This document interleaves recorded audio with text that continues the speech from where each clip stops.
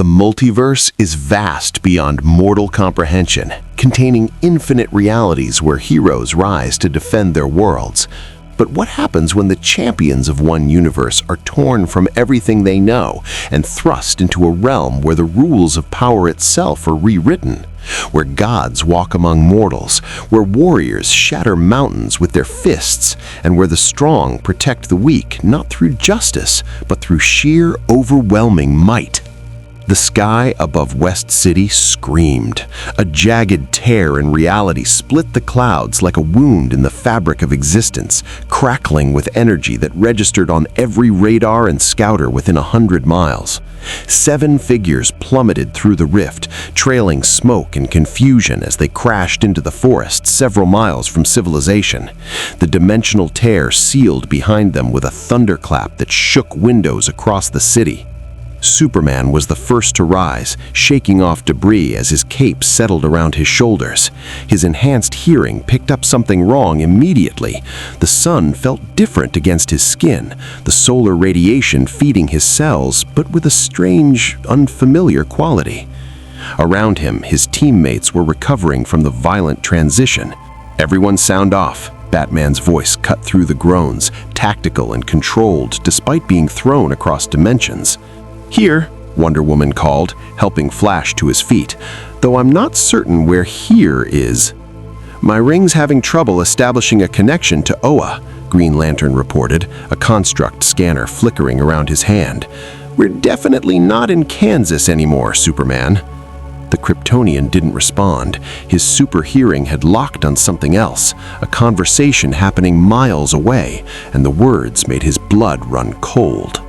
"Your power level is only 334, a deep, mocking voice sneered. "And the Namekian is 322? Pathetic. I'll kill you both and find the Dragon Balls myself."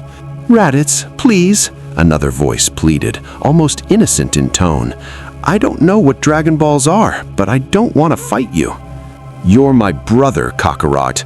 You were sent to conquer this mud ball, not protect it. Now tell me where you hid your brat, or—" The conversation was interrupted by a beam of energy. Not a laser. Superman's vision could see the fundamental difference. This was something else entirely, something that registered to his enhanced senses as pure life force given violent form. "We have a situation," Superman announced, already lifting off the ground. His flight felt slightly heavier than normal, the physics of this universe subtly wrong.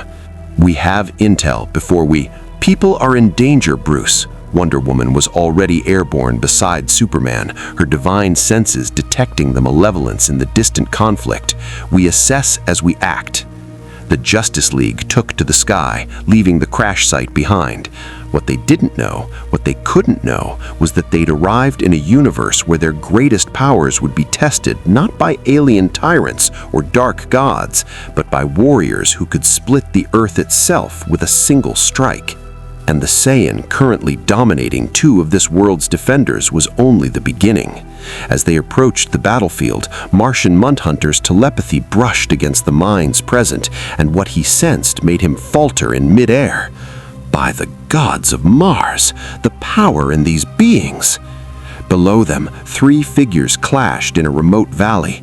A tall warrior with wild black hair and strange armor held a smaller man by his orange gi, while a green-skinned fighter with a purple gi and white cape charged energy in his hands. The power radiating from all 3 made the air shimmer with heat. "Justice League," Superman's voice carried across the distance, commanding and clear. "Stand down. We'll handle this." The 3 fighters froze, looking up at the 7 strange heroes descending from the sky in a perfect formation. Raditz's scouter beeped frantically, trying to analyze the newcomers. The numbers flickered wildly, 1,200, 800, 500, back to 600, unable to lock on stable readings. His lip curled into a sneer. "More weaklings come to die?" Goku, still caught in his brother's grip, stared at the strange heroes with wide-eyed wonder. "Wow, you guys can fly too? And those costumes are so cool." Piccolo's eyes narrowed, his tactical mind already working. 7 unknown warriors, power levels fluctuating in ways he'd never seen, arriving from the sky at the exact moment Earth needed them. Coincidence or something far more dangerous? Superman landed between Raditz and his victims, cape billowing in the wind. "Release him. This is your only warning." Raditz laughed, a harsh sound that echoed across the valley. "You dare threaten an elite Saiyan warrior? I'll crush you like—" He never finished the sentence. Superman's punch connected with Raditz's jaw at a fraction of his normal strength, a warning blow, the kind he'd use on street criminals back home. The Saiyan's head snapped back, and Goku dropped free as Raditz stumbled backwards, genuine shock crossing his faces. "Impossible," Raditz hissed, wiping purple blood from his lip. "Your power level is barely 800. That shouldn't have—" "Power level?" Flash vibrated with nervous energy. Anyone else getting a "we're not in the DC universe" vibe? Wonder Woman's lasso uncoiled from her hip, golden light shimmering along its length. "Whatever your quarrel with these people, it ends now." Raditz's shock transformed into fury. His aura exploded outward, a visible manifestation of ki that made the Justice League instinctively take defensive positions. This wasn't anything they'd faced before. This energy felt alive, raw, primal. "You'll regret interfering," Raditz roared, and the real battle began. If you want to see more characters enter different universes, hit that subscribe button and drop the name of a character and the universe you'd want to see them in down in the comments below. May the Force be with you. Raditz moved faster than most of the League expected. His elbow caught Green Lantern in the ribs before Hal could raise a construct shield, sending the hero crashing through 3 trees. The Saiyan's tail whipped around, striking Aquaman with enough force to crack the Atlantean's ribs despite his enhanced durability. "Scatter!" Batman's voice cut through the chaos. Years of fighting alongside gods had taught him to recognize when brute force wouldn't work. "Don't let him—" Wonder Woman's sword intercepted Raditz's hand as it thrust toward Batman's chest. The Amazonian strength matched the Saiyans for a heartbeat, their powers locked in a contest of pure might. Her eyes widened slightly. This warrior was strong, genuinely strong, in ways that reminded her of Ares. "Not bad for a woman," Raditz grinned, then headbutted her hard enough to make stars explode across her vision. Superman blurred forward, faster than the Saiyan could track, and delivered a combination that would have shattered steel, only to have Raditz block the third punch and counter with a knee that drove the air from the Kryptonian's lungs. They broke apart, circling each other. "You're holding back," Raditz observed, his scouter finally stabilizing on Superman's energy signature. "Power level 850, but you fight like it's higher. What are you?" "Someone who doesn't want to kill you," Superman replied, hands raised in a fighting stance. Jor-El's Kryptonian combat protocols had programmed into his muscle memory. "Surrender, we can help you." Raditz's laughter was genuine this time. "Help? You can't even sense ki. You're fighting blind, you fool." From the sidelines, Goku watched the battle with growing concern. Piccolo stood beside him, arms crossed, his analytical mind processing everything he witnessed. "These warriors," Piccolo muttered. "They're strong, but they're fighting all wrong. No ki control, no energy sensing. They might as well be ordinary humans trying to punch above their weight." But that guy in blue took a hit from Raditz and got right back up. And the woman with the gold rope, she's really strong. I can feel it, even if it's different from what we're used to. The Flash circled the battlefield at speeds that left after images, looking for an opening. His connection to the Speed Force felt muted here, like running through water instead of air, but he was still the fastest man alive. He vibrated through one of Raditz's energy blasts, the technique working even in this strange universe, and delivered a supersonic punch to the Saiyan's kidney. Raditz grunted, actually hurt by the attack. What kind of technique? Martian Manhunter phased through the ground beneath Raditz's feet, intangible hands reaching for the Saiyan's mind. Telepathy lanced through the dimensional barrier between their thoughts, and for a moment, John saw the truth. This warrior was holding back too, toying with them, and beyond him waited threats that made Raditz look like a child playing at war. The psychic contact broke when Raditz's ki flared instinctively, burning with an intensity that forced the Martian to retreat. "Stay out of my head, freak!" "Enough!" Superman's heat vision carved across the battlefield, twin beams of concentrated solar energy that Raditz barely dodged. The Saiyan's armor smoked where the beams grazed it, and his expression shifted from amusement to genuine annoyance. "Fine, if you want to die quickly." Raditz raised both hands above his head, energy crackling between his palms. Purple light gathered, condensing into a sphere that made the air itself scream with potential violence. Double Sunday! Two massive energy waves erupted from his hands, each one powerful enough to vaporize a mountain. The Justice League scattered, but the blasts were tracking them, bending through the air like living things. Batman's utility belt deployed a smoke capsule that wouldn't work. These weren't visual tracking missiles. Wonder Woman's bracers caught one blast, deflecting it into the sky where it detonated like a second sun. The other blast was heading straight for Green Lantern, who was still recovering from the initial strike. Goku moved without thinking. One moment he was on the sidelines, the next he was in front of Green Lantern, hands catching the energy blast with his bare palms. His G whipped in the force of the explosion, boots digging trenches in the earth as he was pushed backward, but he held firm. With a ki shout, Goku redirected the blast skyward, sending it harmlessly into space. The Justice League stared. Did he just catch an energy blast with his hands? Flash's voice carried the disbelief they all felt. Goku turned to them, grinning despite the severity of the situation. "You guys are really brave fighting Raditz without knowing how to sense ki, but you're gonna get hurt if you keep fighting like that." "Kakarot," Raditz snarled. "You dare interfere?"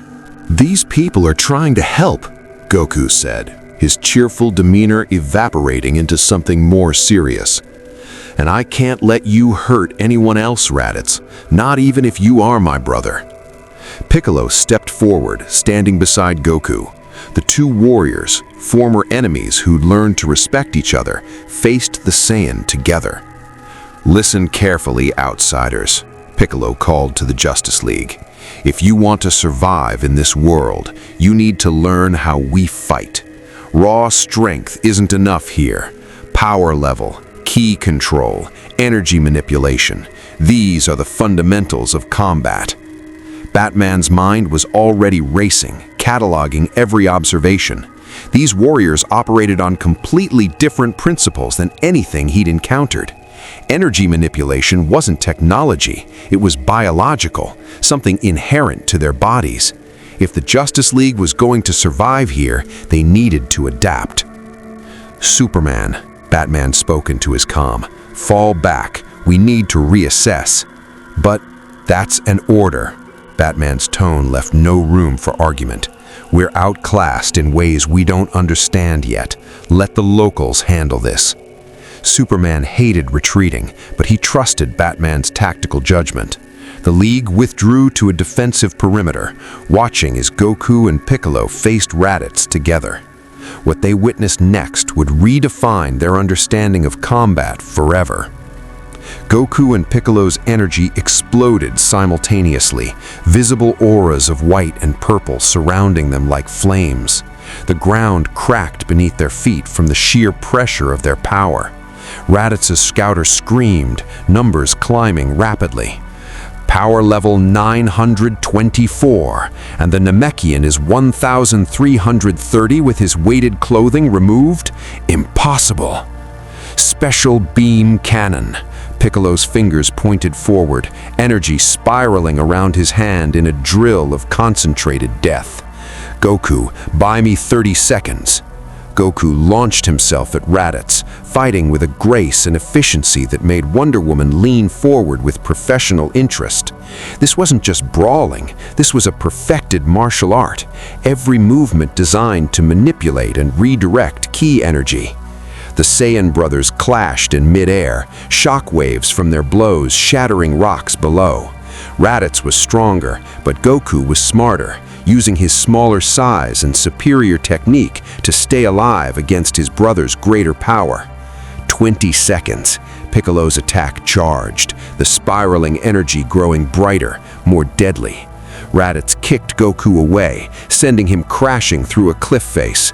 "You're too weak, Kakarot. You should have conquered this planet, not protected it. Now you'll..." He sensed the attack behind him and tried to dodge, but Goku grabbed his tail, the Saiyan weakness, and held on despite the pain of broken ribs. "Now, Piccolo!" The special beam cannon pierced through both brothers, Goku's sacrifice allowing the attack to hit.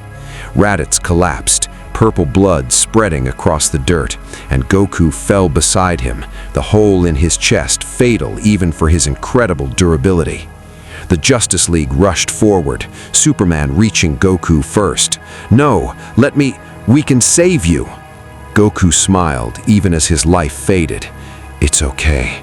You guys seem like good people. Protect Earth while I'm gone. And tell my son, tell Gohan his daddy loves him." "Gone?" Superman's hands trembled. "You're talking like you won't come back." "Don't worry. I'll train in Otherworld. And if Earth needs me, I'll come back stronger." His eyes closed, his ki faded to nothing. Superman's enhanced hearing detected the moment Goku's heart stopped beating, and something in the Kryptonian's chest twisted. They'd just arrived in this world, and already a hero had died protecting them. Piccolo stood over Raditz's corpse, breathing hard, then turned to the Justice League. "You seven. Come with me if you want to understand what you're really facing. That Saiyan, he was weak compared to what's coming. In 1 year, 2 more Saiyans will arrive, warriors who make Raditz look like a child. If you can't learn to sense and control ki by then, you'll die in the first 5 minutes." Batman stepped forward. "Then teach us." Piccolo's eyes narrowed. It took Goku years to reach his level of ki mastery. You have 1 year to learn what should take a lifetime. The training will break your bodies and shatter your limits. Some of you might not survive. Wonder Woman's hand went to her sword. "We've faced gods and monsters. We'll face this too." "Gods and monsters?" Piccolo actually laughed, a harsh sound without humor. "You still don't understand. In 1 year, a Saiyan prince named Vegeta will arrive with power level over 18,000. He can destroy this entire planet with a single attack. Your gods would be insects to him." The Justice League exchanged glances. They'd faced Darkseid, Doomsday, beings of cosmic power, but something in Piccolo's absolute certainty made them wonder if this time they'd truly bitten off more than they could chew. Flash broke the silence. "So, where do we start?" Kami's lookout floated 3 miles above the Earth, a sanctuary of ancient stone and eternal silence where the guardian of Earth kept his lonely vigil. The old Namekian stood at the edge of his domain, watching as Piccolo, his dark half, his opposite, his other self, ascended the tower with 7 strange warriors in tow. "Most unusual," Kami murmured to his companion, Mr. Popo. "These warriors, they are not of this Earth. Perhaps not even of this universe." Mr. Popo's eyes, ancient beyond reckoning, studied the approaching group. "They carry the weight of different stars, different laws. Will you permit them sanctuary? If Piccolo brings them here, they must be important to Earth's defense." Kami's staff tapped against stone. "And we will need every advantage against the coming storm." The Justice League crested the final steps, emerging onto the Kami's Lookout's impossibly flat surface. Superman's architectural analysis said this structure defied physics. No supports, no thrust systems, just a massive platform floating on absolutely nothing. Magic, then, or this universe's equivalent. "Welcome to Kame's Lookout," Piccolo announced, gesturing to the elderly Namekian. "This is Kame, Guardian of Earth. Old man, these 7 claim to want to help defend against the Saiyans. I think they're fools, but they fought Raditz without running, so they deserve a chance." Kami's milky eyes studied each hero in turn. When his gaze reached Superman, the old Guardian's breath caught. "Extraordinary. You are not human, yet you burn with goodness that rivals the purest soul. And you," his attention shifted to Martian Manhunter, "you carry the loneliness of the last. We share that burden, Green One." John inclined his head respectfully. "You see clearly, Guardian. I see what the heart reveals, but sight alone will not save you from the Saiyans. Piccolo speaks truth. You must learn to key control, or you will be less than useless in the coming battle. You will be liabilities that distract our warriors from the true fight." Batman stepped forward, cowl framing his intense expression. "Then we train. What's the first step?" "First, you must understand what you face." Kami gestured, and the air shimmered. Images formed, visions of battles past, of warriors who had defended Earth before. Power levels are not mere numbers. They represent the concentration of ki, life force, that a warrior can channel. Raditz, whom you fought, had a power level of 1,500. The Saiyan Prince Vegeta possesses over 18,000. His partner Nappa exceeds 4,000. Green Lantern's construct flickered as he ran calculations. That's 12 times stronger than the enemy we just barely survived. And that's not counting whatever force multiplication these transformations provide. "Transformations?" Wonder Woman's warrior instincts sharpened. "Explain." Piccolo crossed his arms, his expression grim.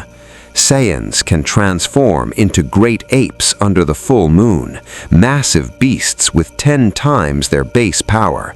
Vegeta, in his great ape form, would have a power level exceeding 180,000. At that point, he could destroy the planet by flexing too hard." "Okay, new plan." Flash vibrated nervously. "We blow up the moon." "No," Batman cut him off. "We adapt. Guardian Kami, Piccolo, you said we can learn to sense and manipulate this key energy. How?" "For most humans, it requires years of meditation and training. They must first sense the energy within themselves, then learn to draw it out, focus it, weaponize it. Master Roshi, who trained Goku, spent decades perfecting the Kamehameha wave. Even Goku, with his Saiyan heritage and natural talent, trained for years before he could fly using ki." Superman's jaw set with determination.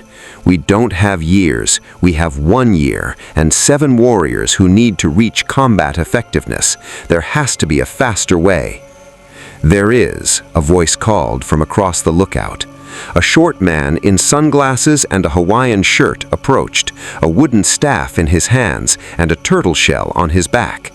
"Master Roshi," Piccolo's surprise was evident. "What are you doing here?" "Same as you, apparently." The old master of martial arts' eyes traveled across the Justice League, lingering on Wonder Woman with a lecherous grin that made her hand tighten on her lasso. "Training the new kids before they get themselves killed. Kami called me after sensing the battle. Figured if we're going to pull off a miracle, we'll need all hands on deck." A blue-skinned figure materialized beside Roshi, literally materialized, teleporting with a technique that made the Flash's eyes widen with professional interest.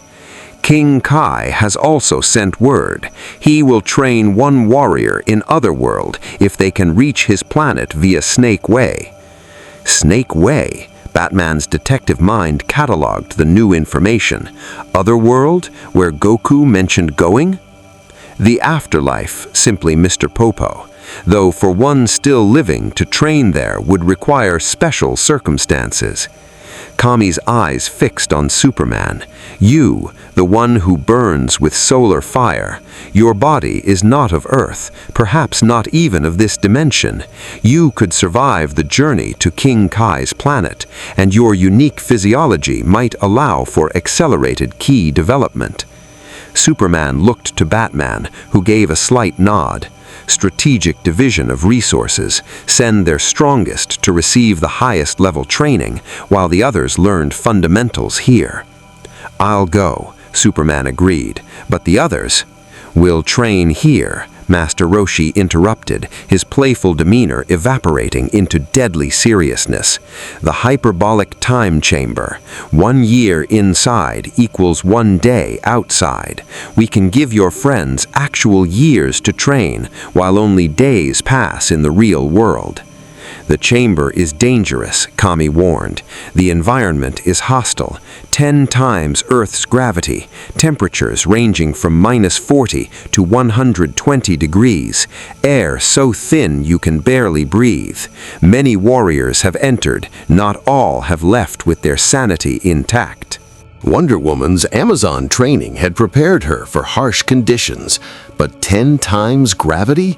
That would test even her divine constitution. Still, she'd endured worse. When do we start? Immediately, Piccolo stated. But understand this, ki training isn't like your physical conditioning. It's spiritual as much as physical. You'll need to confront yourselves, your limits, your fears. Some of you may discover you have no talent for ki manipulation at all. Batman's mind was already working through contingencies. If some of them couldn't learn ki, they'd need to compensate with strategy, technology, and tactics. What about the boy, Goku's son, Gohan?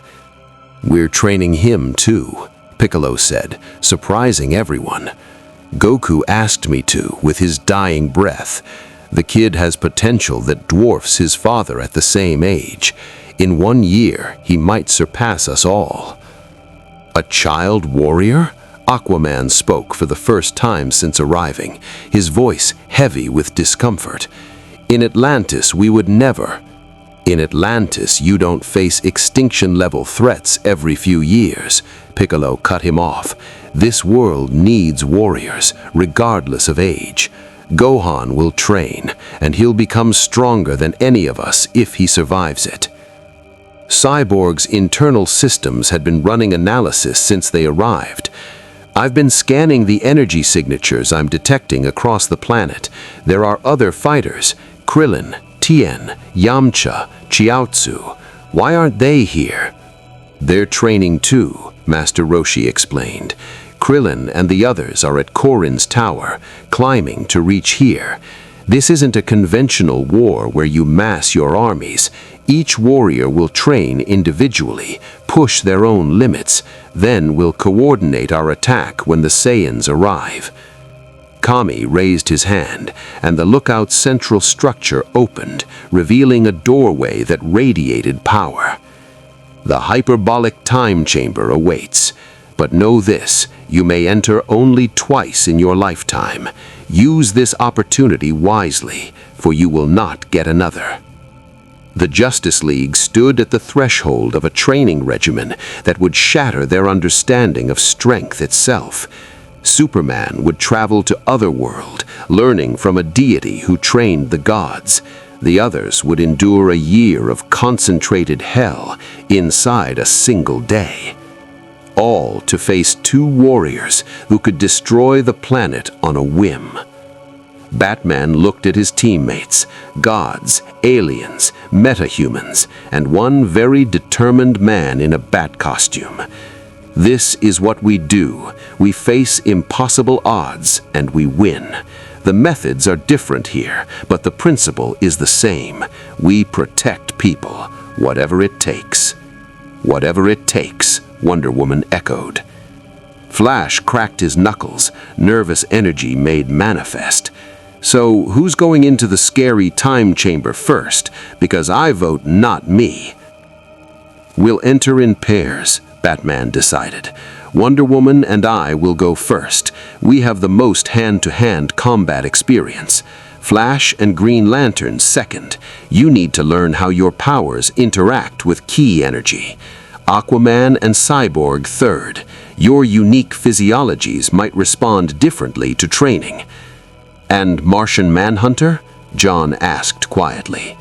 You'll train with Piccolo directly, Batman stated. You're both telepaths, both green, both the last of your kind. If anyone can teach you to blend psychic powers with key manipulation, it's him. Piccolo's expression showed surprise, then something that might have been respect. Fine, but don't expect me to go easy on you because we share trauma. I'll push you harder than anyone. I would expect nothing less, John replied. Superman clasped Batman's shoulder.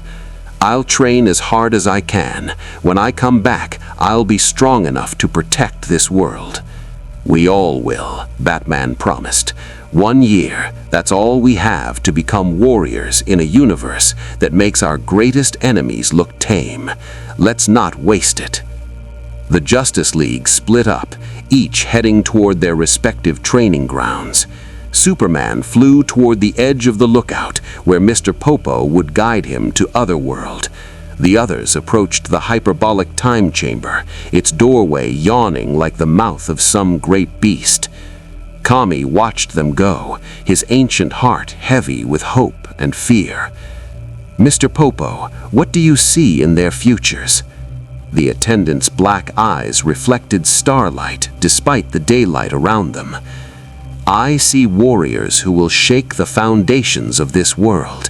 Whether they survive to see the dawn after the Saiyans arrive, that remains written in clouds.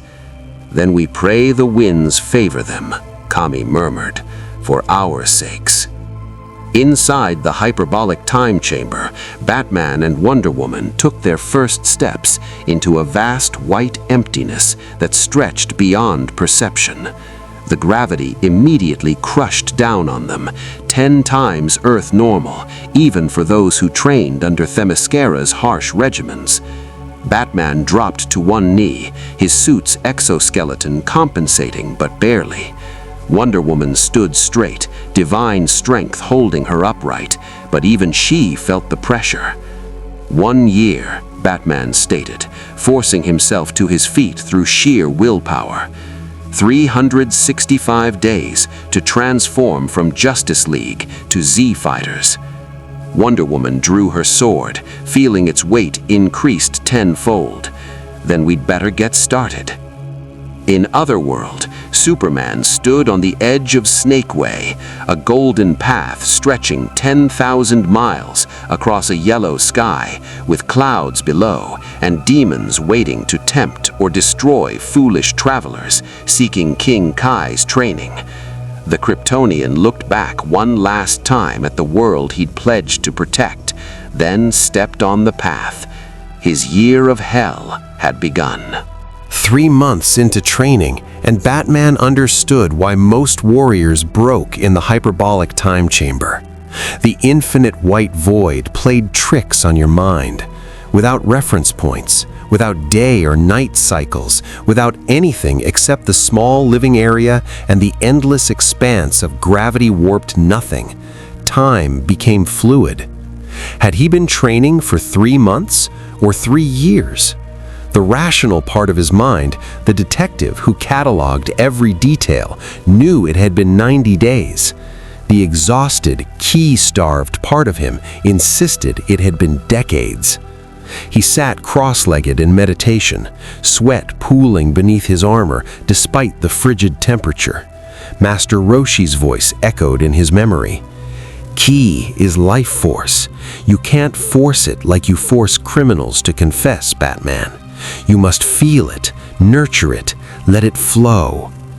For a man who'd built his entire existence on control and discipline, learning to feel energy was torture more refined than anything the Joker had devised. Wonder Woman fared better. Her divine heritage gave her an inherent connection to cosmic forces, the prayers of warriors, the blessings of gods, the raw energy of myth made manifest. Translating that to key manipulation came more naturally, though even she struggled with the precision required. "Focus," she called to Batman from across their training ground, currently practicing mid-air flight by channeling ki beneath her feet. She wobbled, concentration breaking, and dropped 15 feet before catching herself. "This is harder than riding Zeus's lightning." "At least you can get off the ground," Batman grunted. He'd managed to sense his own ki, a small, stubborn flame in his core, but drawing it out, shaping it, weaponizing it proved maddeningly difficult for someone with no supernatural heritage. Then he remembered why he started this crusade. Joe Chill's gun, his parents' blood on the pavement, the vow he'd made to prevent that moment from happening to anyone else. He channeled that determination, that absolute refusal to quit, into the flame of his ki, and for the first time, his body lifted 6 inches off the ground. "Diana!" His voice carried genuine excitement, a rare sound from the Dark Knight. "I'm flying!" Wonder Woman laughed, pure joy breaking through the monotony of endless training. "Next you'll be shooting energy from your hands and challenging Darkseid to a beam struggle." The moment of levity passed quickly. They both knew what awaited them outside this chamber, warriors who could vaporize mountains. Batman's 6-inch hover and Diana's wobbly flight wouldn't save anyone. They returned to training with renewed intensity. On Snake Way, Superman had long since counted the miles. The golden path stretched endlessly ahead, winding through clouds and emptiness. His Kryptonian physiology prevented hunger or thirst from becoming fatal, but the monotony gnawed at his sanity. Occasionally, demons would appear on the path, Princess Snake and her servants offering food and rest, traps designed to keep travelers from reaching King Kai's planet. He'd resisted them all, though his body screamed for rest.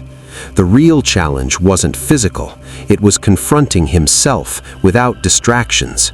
No Lois to protect, no Metropolis to save, no Daily Planet deadlines or Justice League emergencies. Just Clark Kent walking a golden road through the afterlife, forced to examine every doubt and fear he'd buried beneath the cape. What if he wasn't strong enough? What if his powers, weakened in this universe, couldn't bridge the gap between himself and these Saiyan warriors? What if Earth died because Superman couldn't adapt fast enough? Jor-El's voice whispered in his memory. "You will give the people of Earth an ideal to strive toward. They will race behind you. They will stumble. They will fall. But in time, they will join you in the sun." But what if I'm the one stumbling? What if I'm the one who falls? A figure materialized on the path ahead, massive, blue-skinned, with 2 antennae and dressed in martial arts gi. King Kai, the deity who trained the universe's greatest warriors. "You've made it," King Kai observed, genuine surprise in his voice. 10,000 miles in 3 months. Not bad for someone who's technically still alive. Most people take at least 6 months, and they're dead so they don't need food or sleep. Superman bowed respectfully. "I'm honored to train under you, King Kai. Please, teach me how to protect my new home." King Kai studied the Kryptonian with senses that perceived beyond physical sight. He saw the solar energy burning in every cell, the alien biology struggling to adapt to this universe's fundamental forces, the unshakable determination to be worthy of the symbol on his chest. "Your ki is strange," King Kai mused, "intertwined with solar radiation in ways I've never encountered. It's like trying to teach a living star to meditate. But I've trained Goku, and if there's one thing I've learned, it's that the strangest students often become the strongest." The deity's small planet loomed nearby, a tiny sphere barely 40 meters across, with grass, a road, a house, and gravity 10 times Earth's normal. To Superman, who'd spent 3 months walking through regular gravity, the shift would be brutal. He stepped onto King Kai's planet and immediately collapsed to his hands and knees. "Welcome to your real training," King Kai grinned.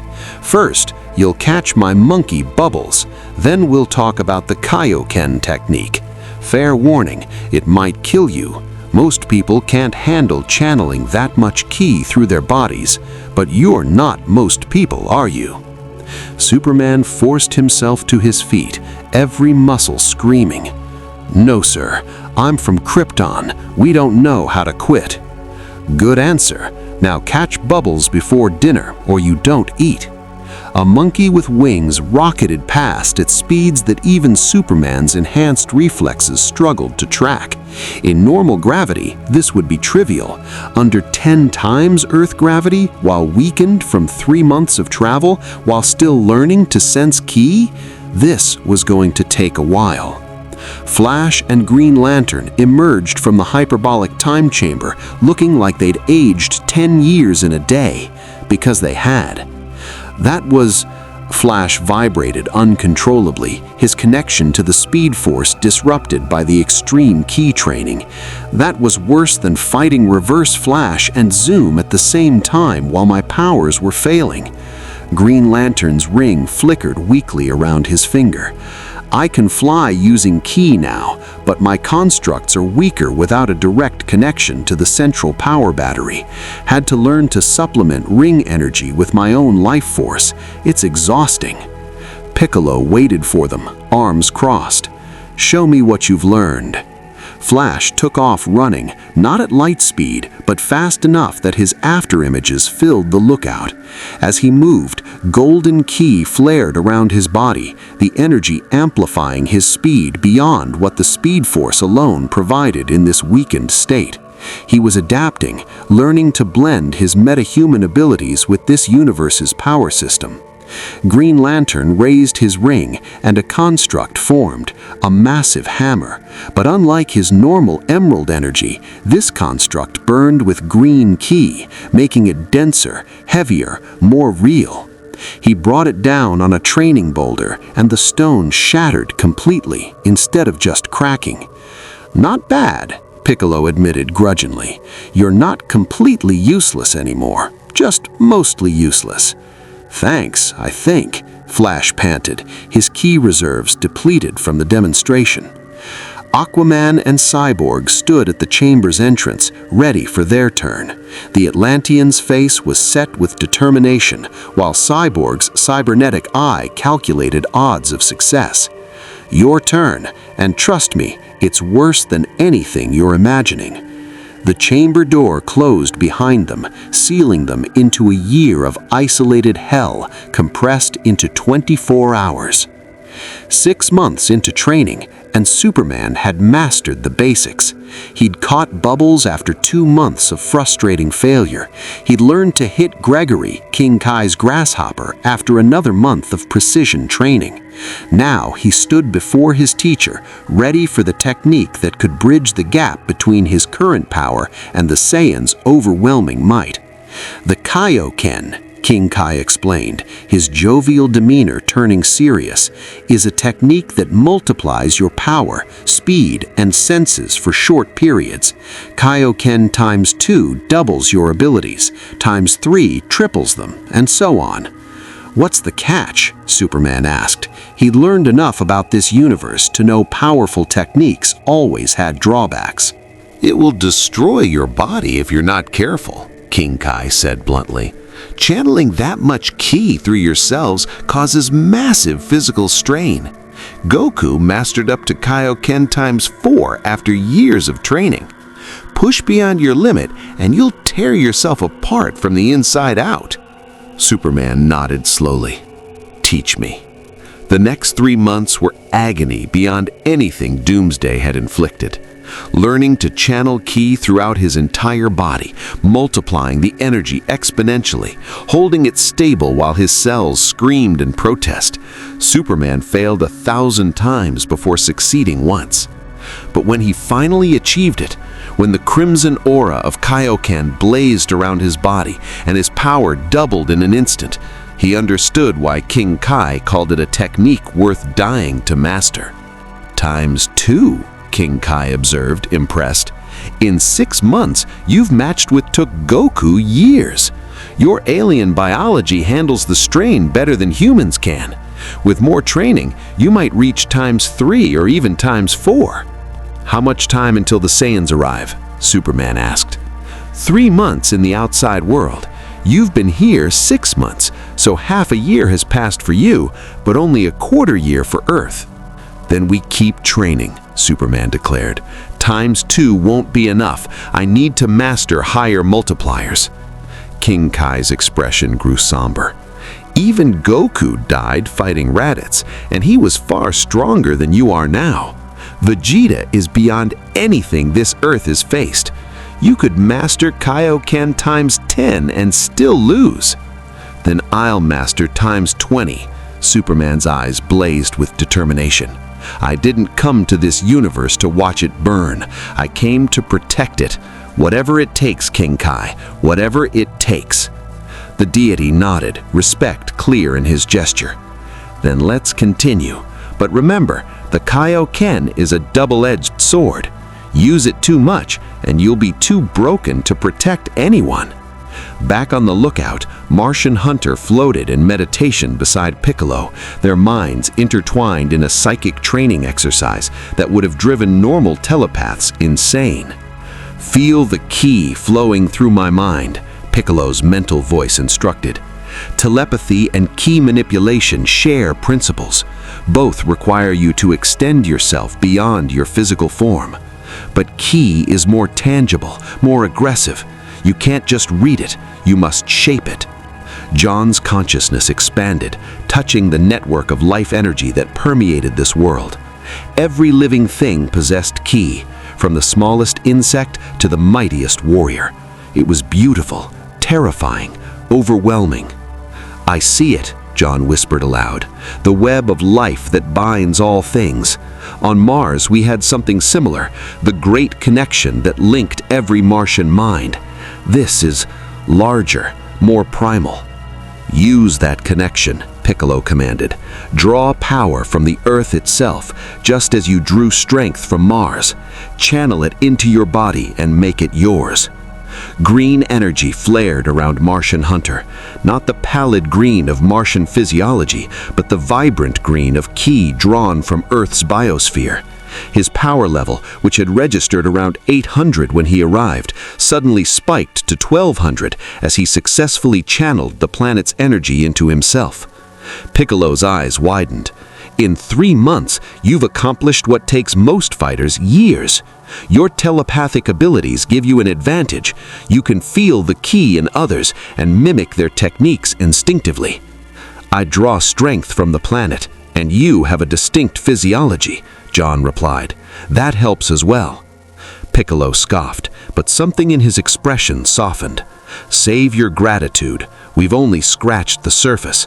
In 3 more months, those Saiyans will arrive, and you'll need to be 10 times stronger than you are now to survive."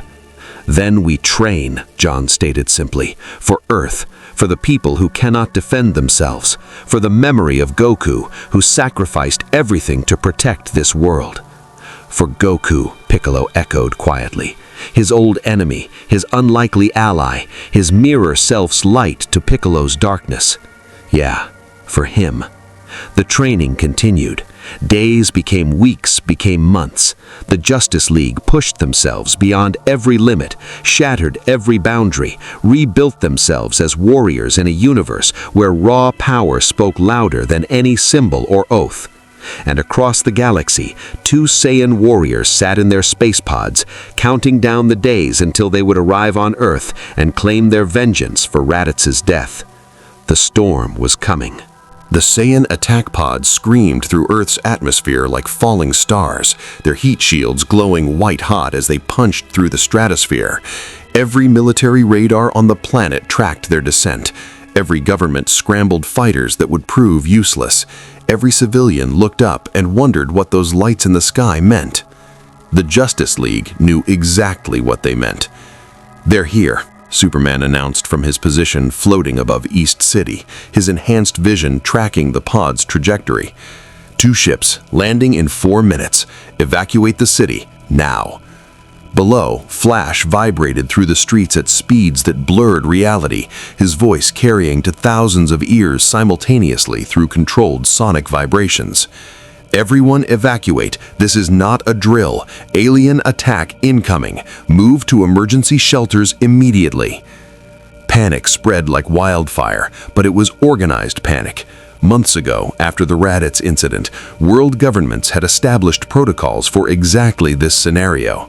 Sirens wailed, emergency broadcasts flooded every channel. People ran, but they ran toward designated shelters instead of scattering randomly. Wonder Woman coordinated with local authorities, her presence both terrifying and inspiring, a goddess of war directing evacuation efforts, ensuring the innocent wouldn't become collateral damage. Green Lantern's constructs formed massive barriers, directing crowds towards safety, while his ring's universal translator broadcast evacuation orders in every language simultaneously. Cyborg hacked into every electronic system in the city, shutting down traffic lights, opening emergency exits, and projecting the safest evacuation routes on every screen and billboard. His technological mastery, enhanced by key-powered processing speed, saved thousands of lives in minutes. Batman stood atop the tallest building, calculating firing angles and tactical positions.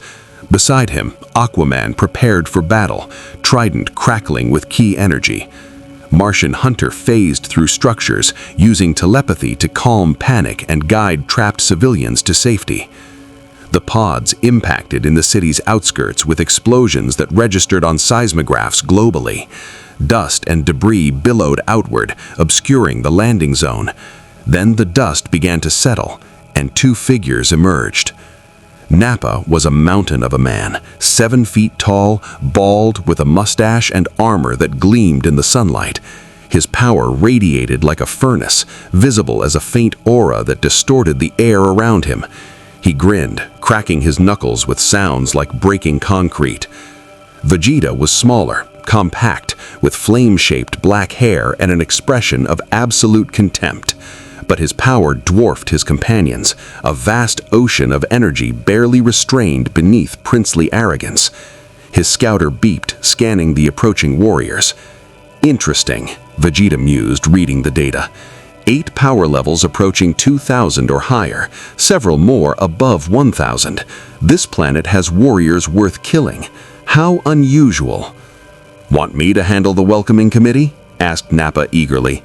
"Restrain yourself," Vegeta ordered. "I want to see what these Earthlings can do before we exterminate them." The Z-Fighters arrived first. Krillin, Yamcha, Tien, and Chiatsu descending from the sky with controlled key flight that would have been impossible for them a year ago. Piccolo landed beside them, with young Gohan hovering uncertainly at his teacher's side, despite orders to stay back. Then the Justice League arrived, and Vegeta's expression shifted from contempt to genuine curiosity.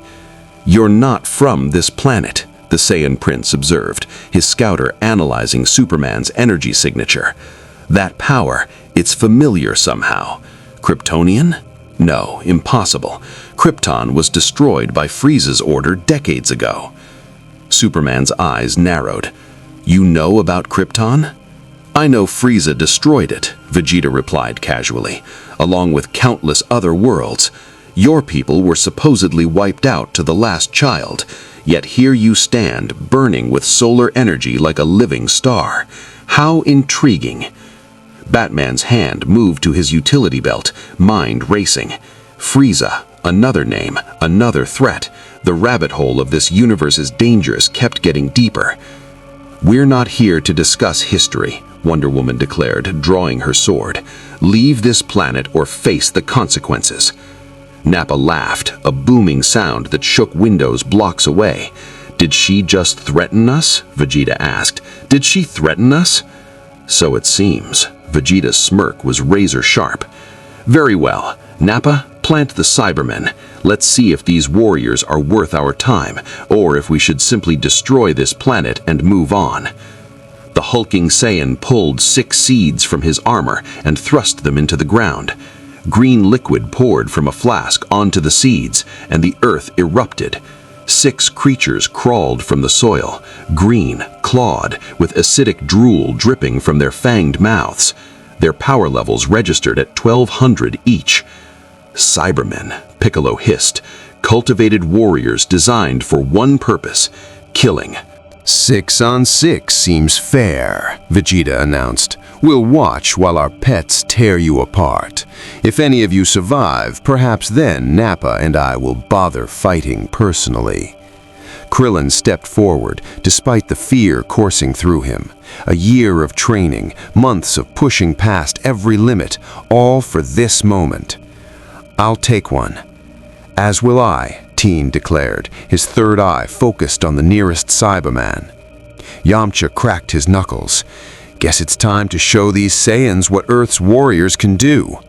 "We fight together," Batman stated, his tactical mind already formulating strategy. "Martian Muntanter, you're with Piccolo against that one. Flash and Green Lantern coordinate on the left flank. Wonder Woman and Aquaman take the right. I'll provide support and exploit openings." "And me?" Superman asked, his gaze locked on Vegeta. "You watch Vegeta," Batman ordered. "The moment he makes a move, you intercept. We can't let him join the battle or we're finished." The Kryptonian nodded, floating higher to maintain visual on the Saiyan prince, while his teammates engaged the Cybermen.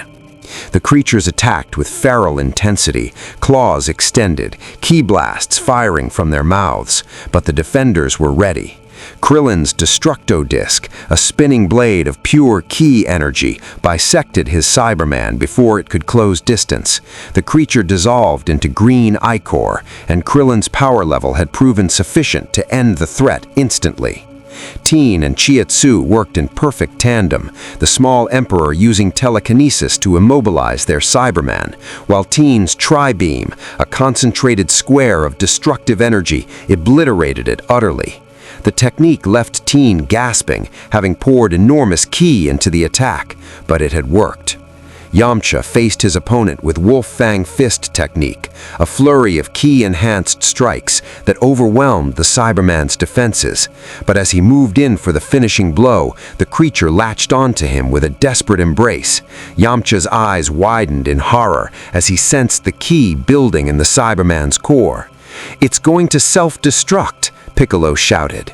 The explosion was catastrophic. When the smoke cleared, Yamcha lay motionless in a crater, his ji torn and body broken. He was alive, barely, but completely out of the fight. "Yamcha!" Krillin screamed, rage and grief flooding through him. Flash vibrated with fury, his ki-enhanced speed blurring as he attacked his Cyberman with a barrage of supersonic punches. Each impact carried the force of a missile, powered by both speed force and ki energy working in harmony. The creature couldn't track his movements, couldn't defend, could only die as Flash's assault reduced it to paste. Green Lantern's construct, a massive ki-powered hammer, crushed his Cyberman into the earth with such force that the ground cracked for 50 meters in every direction. Hao's willpower, channeled through both ring and ki, proved overwhelming for the cultivated warrior. Wonder Woman's sword, enhanced with divine ki energy, carved through her opponent with a single perfect strike. The Cyberman split in half, and Diana's Amazon training had made the kill efficient, clean, and absolute. Aquaman's trident channeled ocean-deep ki currents, the flowing energy technique he'd mastered, creating a whirlpool of power that drowned his Cyberman in pure force. The creature's screams were cut short as Aquaman demonstrated that Atlantean warriors were no less deadly than surface dwellers. Martian Muntanter and Piccolo faced their Cyberman together, 2 green warriors moving in perfect synchronization. John's telepathy disrupted the creature's coordination, while Piccolo's energy blasts hammered it from multiple angles. Their combined assault left the Cyberman defenseless, and Piccolo's final key blast vaporized what remained. 6 Cybermen, 6 deaths, 1 casualty on the defender's side. Vegeta slow-clapped, his expression amused. Impressive. You actually defeated the Cyberman with only 1 loss. I expected at least 3 of you to die. Perhaps this will be entertaining after all. Nappa cracked his neck, muscles rippling beneath his armor. My turn now? Yes, Vegeta gestured lazily. Kill them all, except the Kryptonian and the green one who looks like a Namekian. I want to question them before they die. The massive Saiyan's power exploded outward, his aura visible as yellow-white fire that scorched the ground beneath his feet. Power level 4,000, higher than anyone present except Superman at Kaioken. Here comes the real fight, Batman muttered, preparing every gadget and technique he'd mastered. Nappa launched himself forward with speed that defied his massive size, and the battle for Earth's survival truly began.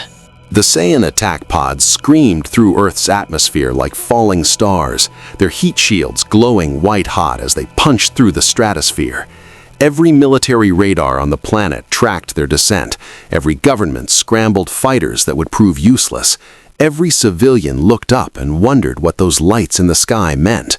The Justice League knew exactly what they meant. "They're here," Superman announced from his position floating above East City, his enhanced vision tracking the pod's trajectory. 2 ships, landing in 4 minutes. Evacuate the city, now. Below, Flash vibrated through the streets at speeds that blurred reality, his voice carrying to thousands of ears simultaneously through controlled sonic vibrations. "Everyone, evacuate. This is not a drill. Alien attack incoming. Move to emergency shelters immediately." Panic spread like wildfire, but it was organized panic. Months ago, after the Raditz incident, world governments had established protocols for exactly this scenario. Sirens wailed, emergency broadcasts flooded every channel. People ran, but they ran toward designated shelters instead of scattering randomly. Wonder Woman coordinated with local authorities, her presence both terrifying and inspiring, a goddess of war directing evacuation efforts, ensuring the innocent wouldn't become collateral damage. Green Lantern's constructs formed massive barriers, directing crowds towards safety, while his ring's universal translator broadcast evacuation orders in every language simultaneously. Cyborg hacked into every electronic system in the city, shutting down traffic lights, opening emergency exits, and projecting the safest evacuation routes on every screen and billboard. His technological mastery, enhanced by key-powered processing speed, saved thousands of lives in minutes. Batman stood atop the tallest building, calculating firing angles and tactical positions. Beside him, Aquaman prepared for battle, trident crackling with key energy. Martian Manhunter phased through structures, using telepathy to calm panic and guide trapped civilians to safety.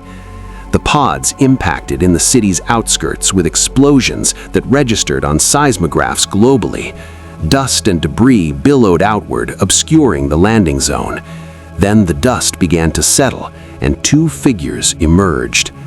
Nappa was a mountain of a man, 7 feet tall, bald, with a mustache and armor that gleamed in the sunlight. His power radiated like a furnace, visible as a faint aura that distorted the air around him. He grinned, cracking his knuckles with sounds like breaking concrete. Vegeta was smaller, compact, with flame-shaped black hair and an expression of absolute contempt.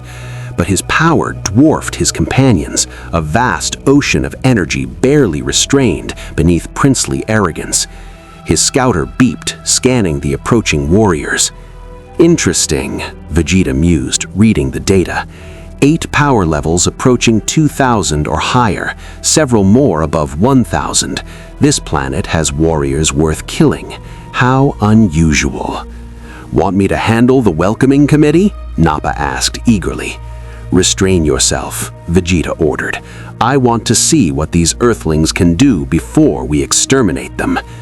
The hulking Saiyan pulled 6 seeds from his armor and thrust them into the ground.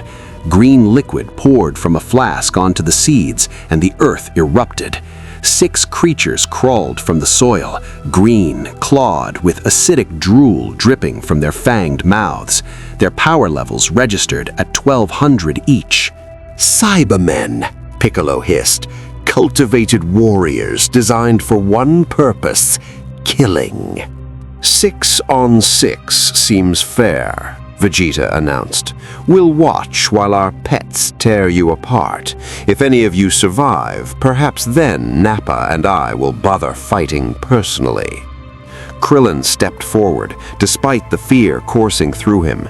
A year of training, months of pushing past every limit, all for this moment. I'll take one. As will I, Tien declared, his third eye focused on the nearest Cyberman.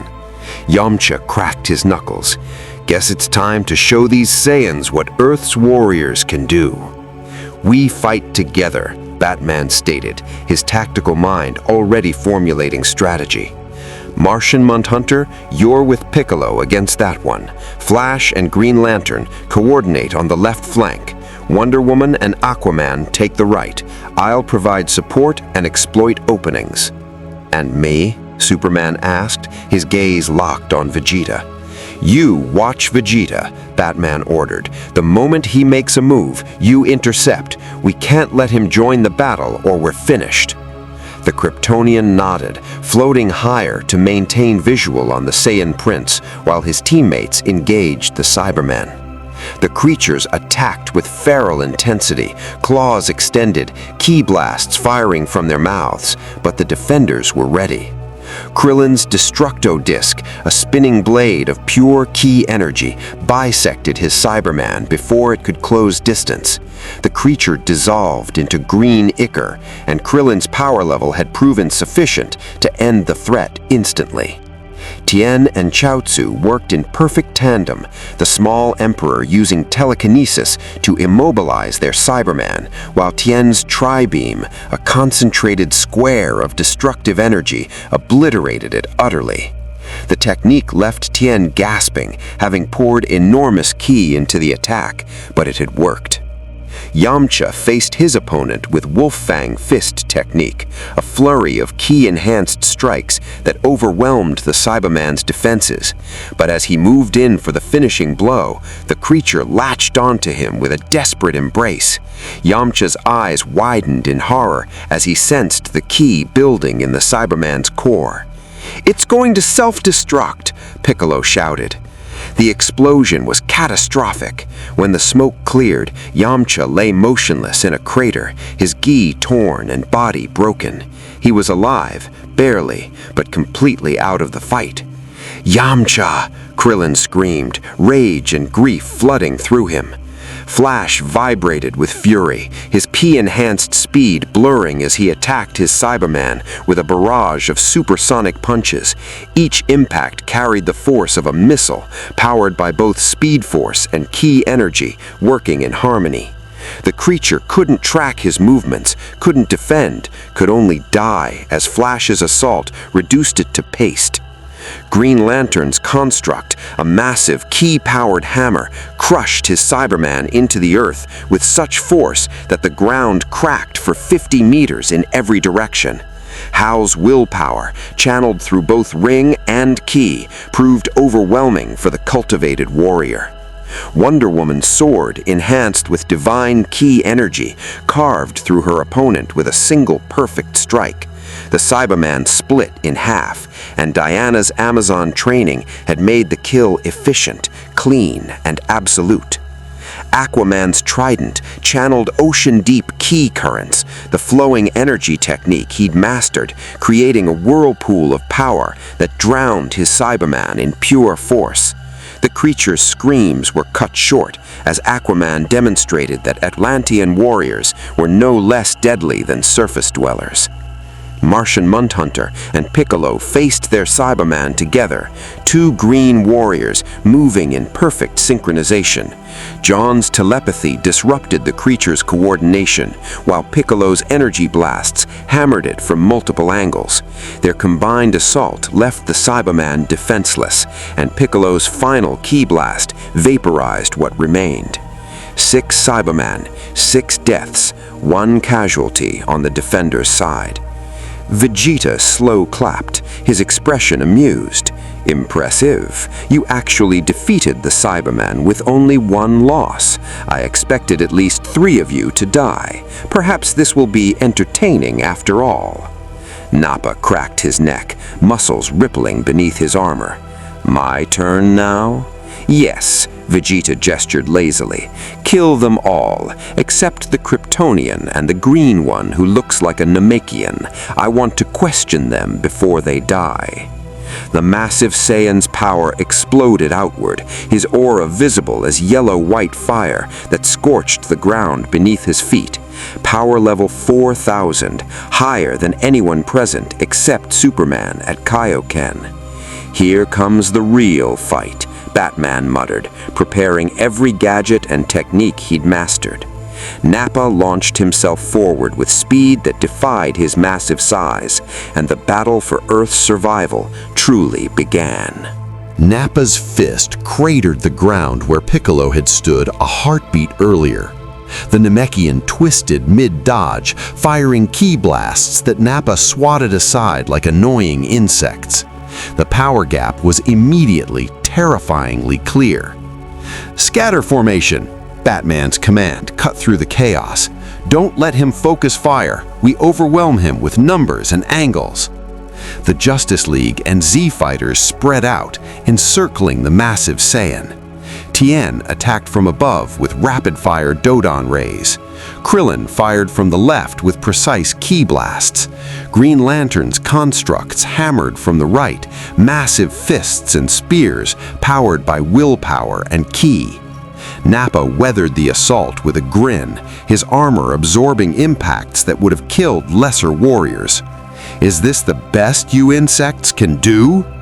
Wonder Woman dove from directly overhead, sword aimed for the gap in his armor at the neck.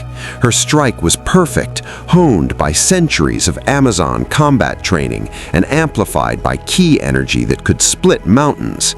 The blade shattered against Nappa's skin. Diana's eyes widened in shock as her god-forged weapon, which had cut through Doomsday's hide, broke like glass against Saiyan flesh. Nappa caught her by the throat before she could retreat. Nice try, woman, but your sword's useless against a warrior of my... Aquaman's trident, supercharged with ocean current ki, stabbed into Nappa's back. The Atlantean king had learned to channel flowing energy through his weapon, finding gaps in defenses like water finding cracks in stone. The trident actually pierced skin, drawing purple blood. Nappa roared, releasing Wonder Woman to swat at Aquaman. The backhand sent the Atlantean flying through 3 buildings, each impact potentially fatal for anyone with less durability. You actually hurt me, Nappa growled, touching the wound. I'll enjoy killing you slowly for that. Flash vibrated into existence beside Nappa's head, delivering a ki-enhanced supersonic punch to the temple. The impact would have liquefied a normal person's brain. Nappa's head snapped sideways, genuine pain crossing his features, but he recovered instantly and unleashed a ki explosion that caught Flash before he could phase. The speedster flew backward, smoking and unconscious, his hybrid technique insufficient against raw power. Barry! Green Lantern's concentration broke for a fatal second. Nappa's fist caught Hal in the ribs, and even through the construct armor and ki-enhanced durability, bones cracked. The lantern dropped, ring flickering as he struggled to maintain consciousness. Tri-beam! Tien's triangle of energy slammed into Nappa from above, the concentrated blast powerful enough to press the Saiyan into the ground. Tien poured everything into the attack, his life force channeling through the technique until his body began to fail. Nappa emerged from the crater, armor cracked but himself largely unharmed. "That actually stung. You're stronger than you look, Three Eyes." Chiatsu attacked from behind, using telekinesis to immobilize Nappa's arms. The small Emperor's psychic power, enhanced by ki manipulation, actually held the Saiyan for 3 crucial seconds. Now, Piccolo's special beam cannon spiraled toward Nappa, the technique that had killed Raditz, charging with lethal intent. Nappa broke free with a roar that shattered Chiatsu's concentration and dodged the beam by millimeters. Clever, but not clever enough. He grabbed Chiatsu before the Emperor could escape and hurled him into Tien's path. The two warriors collided, tumbling from the sky in a tangle of limbs. Cyborg's sonic cannon fired at maximum power, ki energy amplifying the technological weapon beyond its designed limits. The blast caught Nappa full in the chest, actually staggering the Saiyan. Viter followed up with a ki-powered rocket punch, his psionic arm detaching and slamming into Nappa's jaw with devastating force.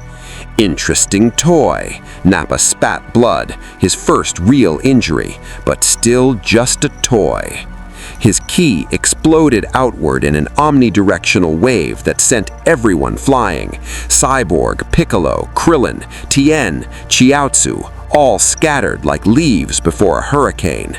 Bodies crashed into rubble and earth, each warrior struggling to rise, to continue fighting despite the overwhelming power difference. Batman emerged from cover, having used the chaos to position himself perfectly.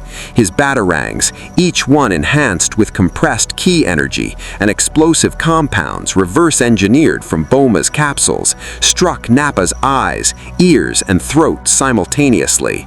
The Saiyan screamed, blinded and deafened for crucial seconds. "Martian Munthunter, now!" Batman commanded. John phased through Nappa's skull, his intangible form bypassing flesh and bone to attack the brain directly. Telepathic assault combined with ki manipulation, targeting the Saiyan's neural pathways in ways that transcended physical defense. Nappa's power level spiked erratically as his mind fought the invasion. His ki became unstable, dangerous, threatening to explode outward and kill everyone within a mile radius. "I can't hold him," Martian Manhunter's mental voice screamed across their communication network. "His mind is too alien, too violent. He's breaking free." Piccolo saw the opening and took it. His extending arm shot forward, wrapping around Nappa's throat while the Saiyan was distracted by mental assault. "Gohan, I know you're watching. Hit him with everything you've got." From his hiding spot, 4-year-old Gohan hesitated. Piccolo had ordered him to stay out of the fight, but his friends were dying. The Green Man, who'd become like a second father, was in danger, and something deep inside the boy's Saiyan blood roared for battle. His power exploded beyond anything he'd shown in training. Rage, fear, and love combined into pure energy that made Vegeta's scouter scream warning alerts. Power level 2,800, 3,000, 3,500. Vegeta's eyes widened, actually impressed. A child? How is a child generating that much power? Gohan's Masenko wave, a technique Piccolo had taught him, screamed across the battlefield like a yellow sun brought to Earth. The energy blast struck Nappa's chest while his defenses were compromised, burning through armor and flesh with power born of emotions the boy barely understood. Nappa stumbled backward, a charred crater in his chest armor, the first real damage he'd sustained. Impossible? A brat did this? Wonder Woman used the distraction. Despite her shattered sword, despite her bruised throat, despite every Amazon instinct screaming that this enemy was beyond her, she grabbed Nappa's tail, the Saiyan weakness that Goku's sacrifice had revealed. The effect was instantaneous. Nappa's power plummeted, his muscles going slack, his ki becoming unstable. Every Saiyan's greatest vulnerability exploited at the perfect moment. Kaioken! Superman's voice carried across the battlefield as crimson energy flared around his body. ×3. His power level tripled from 4,200 to 12,600 in an instant. The Kryptonian moved faster than Nappa could track, even forewarned, and his punch carried the force of a meteor impact, enhanced by Kaioken's multiplication. The blow lifted Nappa off his feet and sent him crashing through the remains of East City, his massive body carving a trench through concrete and steel. Buildings collapsed in his wake, the ground shook from the impact. Superman landed beside his teammates, the red aura flickering as cellular strain began to accumulate.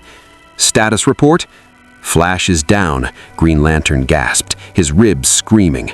Aquaman's status unknown. Tien pushed himself too far with the tri-beam. Yamcha needs immediate medical attention. Everyone else is functional, but running on fumes. In the distance, Nappa climbed to his feet. His armor was cracked, blood dripped from multiple wounds, and genuine fury burned in his eyes. But he was far from defeated. "You hurt me," the Saiyan growled, power rising as anger fueled his ki. "You actually hurt me. I'll kill every single one of you for this." "Nappa, enough." Vegeta's voice cut through the rage like a blade. "You're embarrassing yourself. Step aside and let me handle this."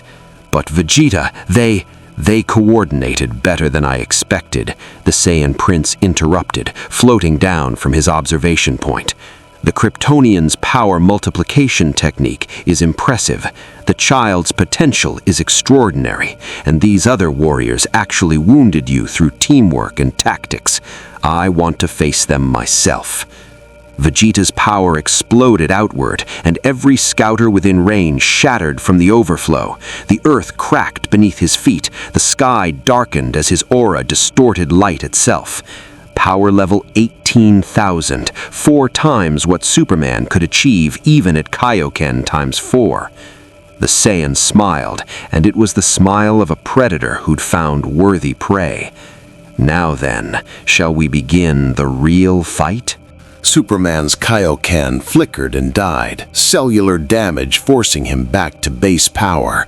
He'd maintained times 3 for 90 seconds, 30 seconds beyond his safe limit, and his muscles screamed in protest.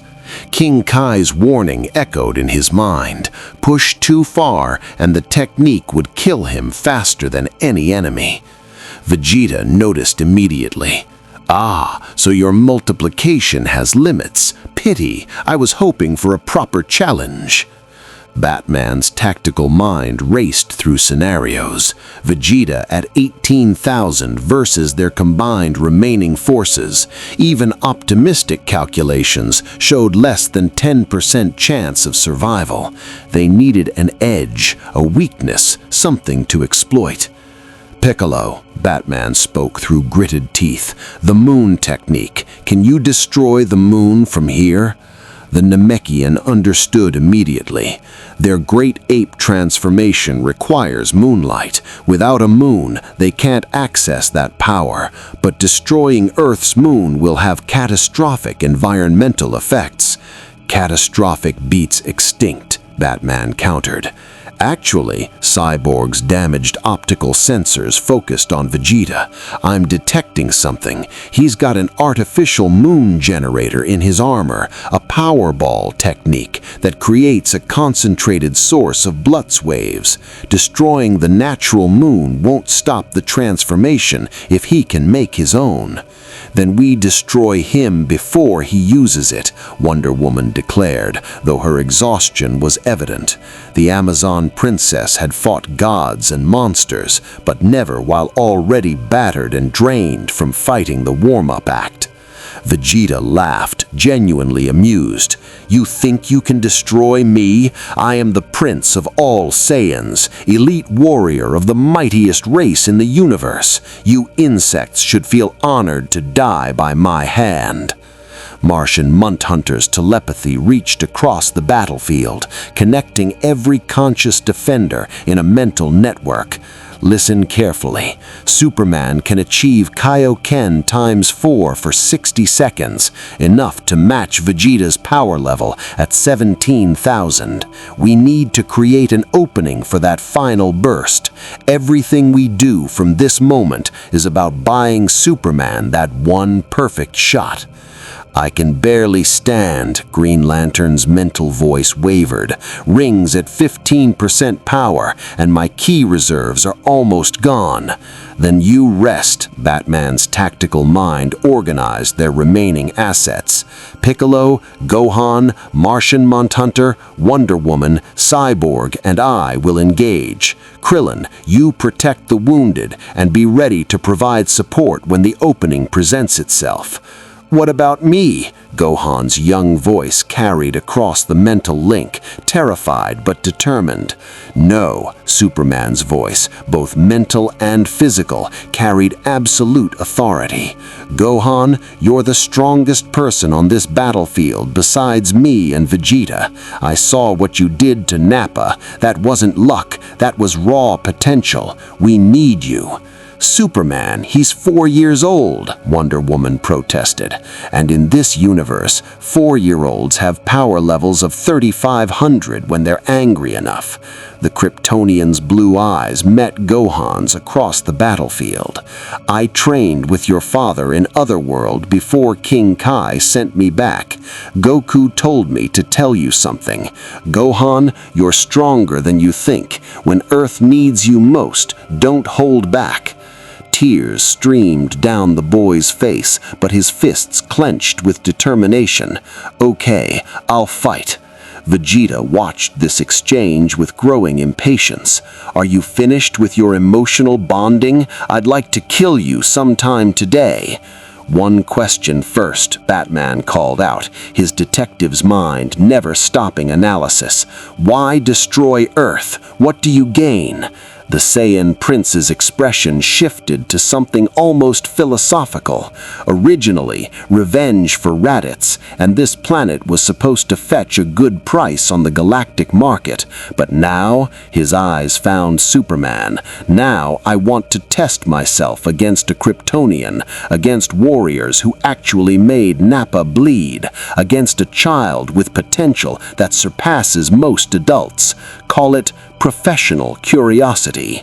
So spare the planet, Wonder Woman tried, though she knew it was futile. Fight us, test yourself, then leave. Where's the fun in that? Vegeta's grin was sharp enough to cut steel. No, I think I'll kill you all, destroy this planet, and move on to the next conquest. But I'll enjoy this first. He moved. One moment Vegeta stood 50 meters away. The next, his fist was buried in Cyborg's chest, the impact caving in reinforced armor and crushing Victor's biological organs. The technological warrior crashed into rubble, systems failing, barely clinging to consciousness. Piccolo's special beam cannon fired from point-blank range, the same technique that had killed Raditz. Vegeta dodged it casually, the spiraling energy drilling harmlessly into the sky, and his palm strike caught Piccolo in the sternum hard enough to stop the Namekian's breathing. Wonder Woman's lasso wrapped around Vegeta's arm, divine magic compelling truth. Why do you... The Saiyan prince tore the lasso apart with casual strength that made Diana's heart sink. Magical artifacts that had bound gods and monsters shredded like tissue paper. Vegeta's backhand sent her tumbling across destroyed pavement. Martian Manhunter phased through the ground, attempting to attack from below, but Vegeta sensed his ki and fired a ki blast downward that forced John to become tangible or be vaporized. The moment he solidified, Vegeta was there, knee driving into the Martian's stomach. Batman deployed every trick in his arsenal, explosive batarangs enhanced with ki, smoke bombs that disrupted ki sensing, even a prototype taser that channeled his own life energy through Boma's technology. Each attack was perfectly timed, perfectly placed, targeting nerve clusters and theoretical weak points. Vegeta tanked them all, not even bothering to dodge. Clever toys, but pointless against this gap in power. His energy waves swept across the battlefield, and Batman's gadgets exploded. The Dark Knight flew backward, only his ki-enhanced durability preventing instant death. He crashed beside Wonder Woman, both heroes struggling to rise. Is this Earth's best? The warriors who defeated Nappa? Pathetic. Gohan watched his friends fall, one after another, and something inside him shattered. Not his spirit, his limits. The carefully controlled power that Piccolo had spent a year teaching him to restrain exploded outward in a wave of golden ki that made the air itself scream. His power level shot from 2,800 to 5,000 in seconds, fueled by rage and fear and the desperate need to protect the people who'd become his family after his father died. "Leave them alone!" Gohan's voice cracked with emotion and power as he launched himself at Vegeta with speed that actually made the Saiyan Prince's eyes widen. The 4-year-old's headbutt caught Vegeta in the face, and the impact was real, painful, drawing blood from the prince's nose. They crashed to the ground together, Gohan pummeling with tiny fists that carried tonnage of force behind each blow. "Impossible," Vegeta snarled, throwing the child off. "Power level 5,000? You're barely out of diapers." "I'm 4.5," Gohan screamed, tears and fury mixing as he charged again. This time, Vegeta was ready. His counter-strike was precise, brutal, designed to incapacitate without killing. He wanted to study this freakish child's potential. Gohan flew backward, consciousness fading, his brief burst of power exhausted. Piccolo caught him before he hit the ground, the Namekian's battered body somehow finding the strength to protect his student. "You did good, kid. Rest now." Now then, Vegeta turned his attention back to Superman, who'd been recovering while the others fought. "Ready for round 2, Kryptonian? Or should I transform into a great ape and end this farce?" Superman's fists clenched. His body was damaged from previous Kaioken use. His teammates were broken and bleeding. The child who'd shown such incredible courage lay unconscious. Every calculation said this was unwinnable, but Clark Kent hadn't become Superman by accepting defeat. Kaioken. Crimson energy flared around his body, muscles screaming in protest. ×4. His power level exploded to 16,800, close enough to Vegeta's 18,000 that the gap was no longer insurmountable. The ground cracked beneath Superman's feet from sheer energy pressure. Vegeta's grin widened. "Now we're talking. Show me what a Kryptonian can really do." They collided at supersonic speeds, and the shockwave flattened everything within a kilometer radius. Superman and Vegeta became blurs of crimson and white, their battle transcending what most of the defenders could even perceive. Each punch carried enough force to shatter mountains. Each ki blast could vaporize city blocks. The sky itself seemed to crack under the pressure of their clashing powers. 45 seconds of Kaioken ×4 remaining. Superman's heat vision carved toward Vegeta's eyes, concentrated solar energy that could melt through steel like butter. The Saiyan Prince twisted, the beams scorching his cheek, and countered with a Gallic gun that Superman barely dodged. The purple energy wave obliterated what remained of East City's downtown district. "You're good," Vegeta admitted, blocking a combination that would have killed Nappa instantly. "But you're holding back. I can feel it. You're afraid of what happens when that red energy fades." 30 seconds remaining. Superman drove his knee into Vegeta's ribs, felt something crack, and pressed the advantage with a flurry of Kryptonian martial arts enhanced by Kaioken multiplication. But Vegeta was a warrior born, trained from childhood in combat that made Earth's wars look like playground scuffles. He weathered the assault and countered with ruthless efficiency. A ki-enhanced elbow shattered Superman's nose. A spinning kick cracked ribs that had survived Doomsday's assault. The Saiyan Prince was simply better at fighting, more experienced, more vicious, more willing to accept injury to land killing blows. 20 seconds remaining. "Krillin!" Batman's voice cut through the chaos. "Destructo Disc, now!" The bald monk understood immediately. His spinning blade of ki energy screamed across the battlefield, aimed not at Vegeta, but at the space Superman was driving the Saiyan toward. Perfect coordination between warriors who'd learned to trust each other absolutely. Vegeta sensed the attack and tried to dodge, but Superman grabbed his armor and held on, despite the Saiyan's superior strength. The Destructo Disc carved between them, slicing through Vegeta's armor and cutting deep into his shoulder. Purple blood sprayed. Vegeta roared in pain and fury, his ki exploding outward in an omnidirectional wave that forced Superman to release him or be vaporized. 10 seconds remaining. "You dare?" Vegeta's hand clamped over his wounded shoulder, his pride more damaged than his flesh. "I am royalty, elite among elites, and you insects actually wounded me." His power surged higher, not a transformation, just pure rage fueling his ki beyond normal limits. The ground liquefied beneath his feet from the heat of his aura. 5 seconds remaining. Superman's body was failing. The Kaioken was tearing him apart from the inside, blood vessels rupturing, muscles tearing, bones developing stress fractures. King Kai's warning screamed in his mind, but he couldn't stop, not yet, not while Earth still needed him.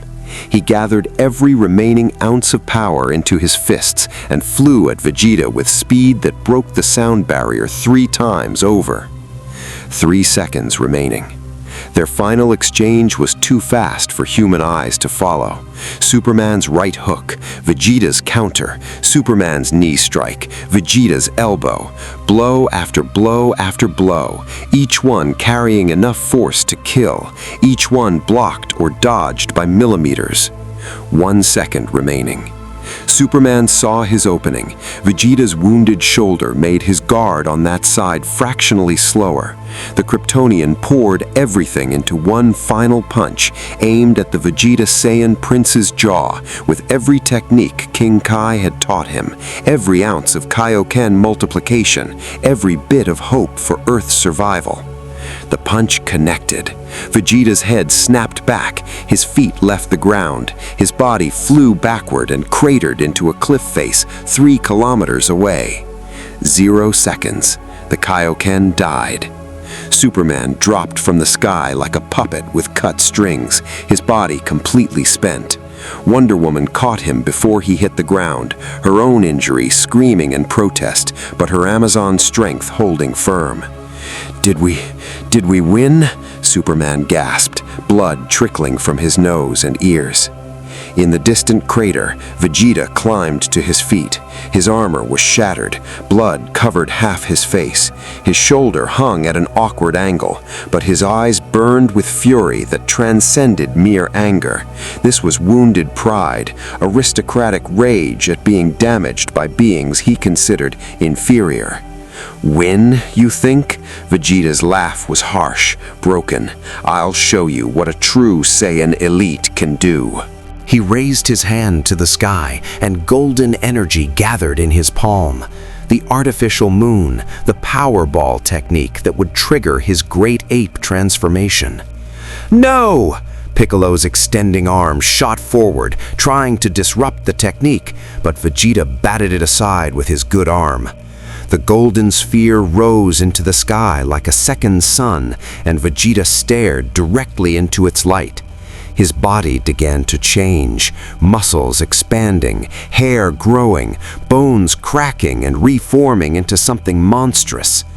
"Everyone who can move, get clear!" Batman commanded, his tactical mind already calculating their 0% survival odds against a great ape with power level exceeding 180,000.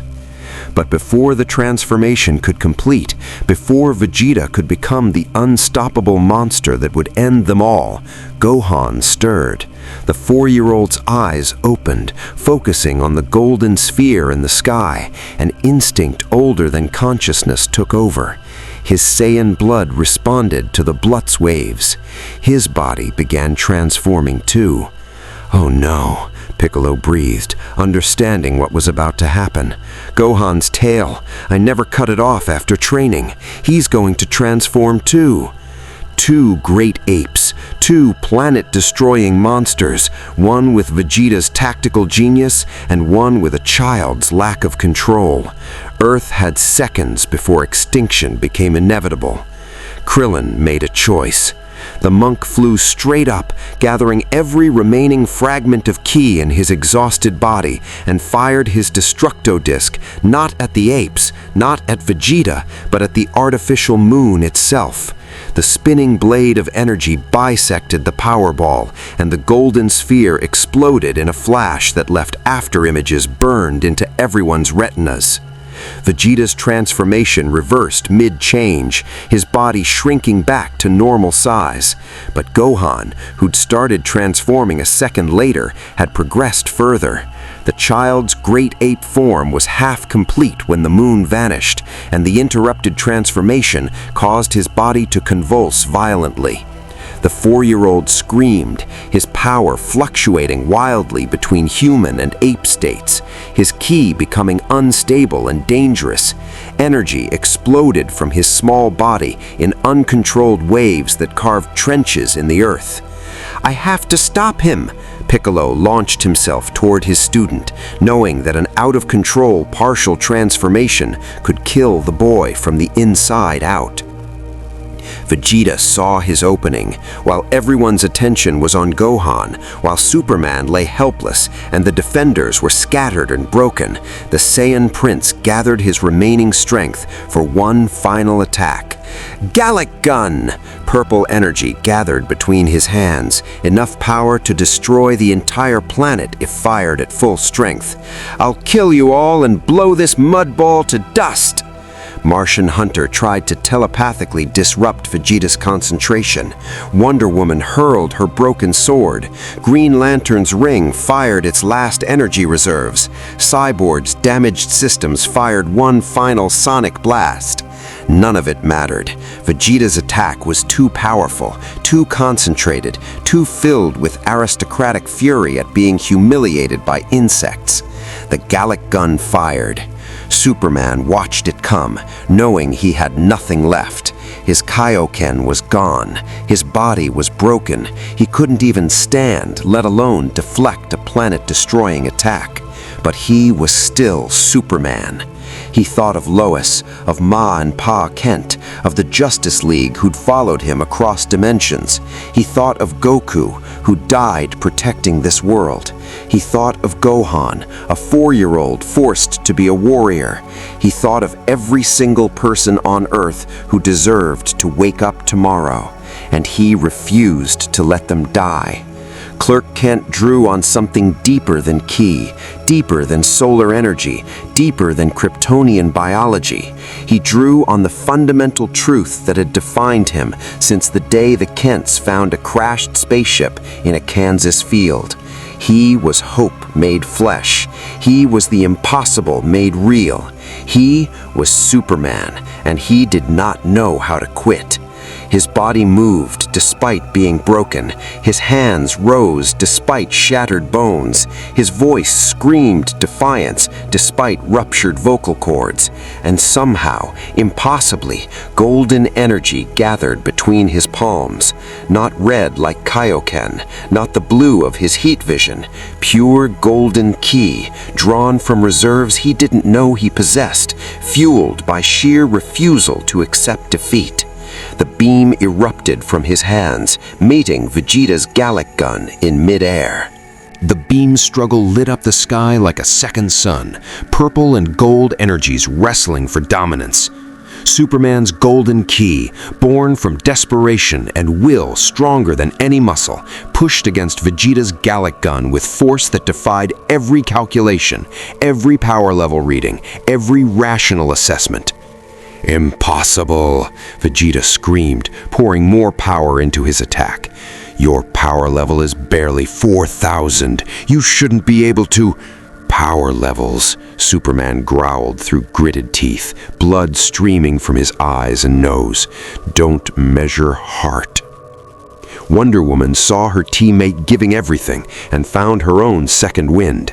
She flew to Superman's side, placing her hands beside his, channeling her divine Amazon ki into his desperate beam. The golden energy grew brighter. "For Earth!" Diana's voice rang with the conviction of a warrior princess who defended Paradise Island for centuries. Green Lantern joined next, his ring's last reserves flowing into the combined attack. In brightest day, in blackest night. Martian Manhunter added his strength, telepathically linking everyone and synchronizing their ki into a unified force. For Mars, for Earth, for home. Batman couldn't fly, couldn't shoot energy, but he could lead. Everyone, channel everything into Superman, now! Piccolo fired his ki alongside Superman's beam. Krillin added his power. Tien, barely conscious, contributed what little remained. Even Gohan, his transformation stabilized by Piccolo's intervention, raised trembling hands and added his considerable strength. The Justice League and Z-Fighters combined into a single force, not individual warriors with separate power levels, but a unified front where teamwork and determination multiplied strength beyond mathematics. The golden beam began overwhelming Vegeta's purple attack.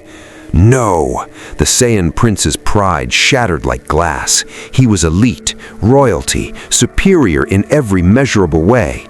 Yet these insects, these weaklings, these absolutely inferior beings were defeating him through sheer stubborn refusal to accept their place. Vegeta poured everything into his Gallic gun, every ounce of power, every bit of Saiyan pride, every fragment of aristocratic rage.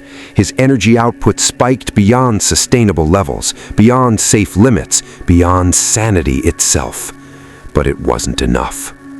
The combined beam struck Vegeta head-on, the golden energy swallowing his purple attack and slamming into his body with force that could crack continents. The Saiyan Prince screamed as the ki burned through his armor, seared his flesh, and rocketed him into the stratosphere. His broken body arced through the sky like a falling star, trajectory carrying him far from the battlefield. He crashed somewhere in the wastelands beyond the city, buried in a crater of his own making. The defenders collapsed as one, their combined attack exhausted. Superman fell to his knees, the golden ki fading to nothing, his body more broken than it had ever been. Around him, heroes and warriors from two universes lay battered, bleeding, victorious. Did we actually win? Flash's weak voice came from where he'd regained consciousness mid-battle. Krillin laughed, the sound half hysterical with relief. We're alive. Vegeta's down. I'd call that a win. Don't celebrate yet, warned Batman, forcing himself upright despite 3 cracked ribs. He's still alive out there, wounded, beaten, but alive. In the distant wasteland, Vegeta dragged himself into his space pod with hands that barely functioned. Every movement was agony, every breath felt like swallowing glass.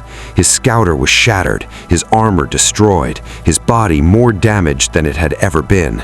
But he was Vegeta, prince of all Saiyans. He would survive, he would heal, he would become stronger. Saiyan biology ensured that warriors who survived near-death experiences gained power from the ordeal. And someday, he would return to Earth and kill every single one of them. His pod launched, escaping Earth's gravity well before the defenders could pursue. They were too broken to stop him, too exhausted to chase, too damaged to do anything except watch the stars swallow their enemy's retreat. "He's getting away," Gohan said quietly, tears streaming down his face. The boy had fought like a warrior, but he was still just 4 years old, traumatized and exhausted. "Let him go," Superman said gently, pulling the child into a careful embrace. "We protected Earth. We survived. That's what matters." Piccolo limped over, placing a hand on Gohan's head. "You did good, kid. Your father would be proud." Medical personnel arrived, Bulma in a hovercar, accompanied by doctors from what remained of East City's infrastructure. The wounded were loaded carefully, the most critical receiving immediate attention. Superman looked at his teammates, at the Z-Fighters who'd become brothers in arms, at the destroyed city they'd protected at terrible cost. "We won, but Vegeta will come back. Then we'll be ready," Wonder Woman stated firmly. "We've adapted to this universe. We've learned its power system. We've earned our place among Earth's defenders." "Besides," Flash managed a weak grin, "if we could survive today, we can survive anything." Batman's expression remained serious. Vegeta mentioned someone named Frieza, the being who destroyed Krypton and commands the Saiyans. If Vegeta reports back that Earth has warriors who defeated him, then stronger enemies will come, Green Lantern finished grimly.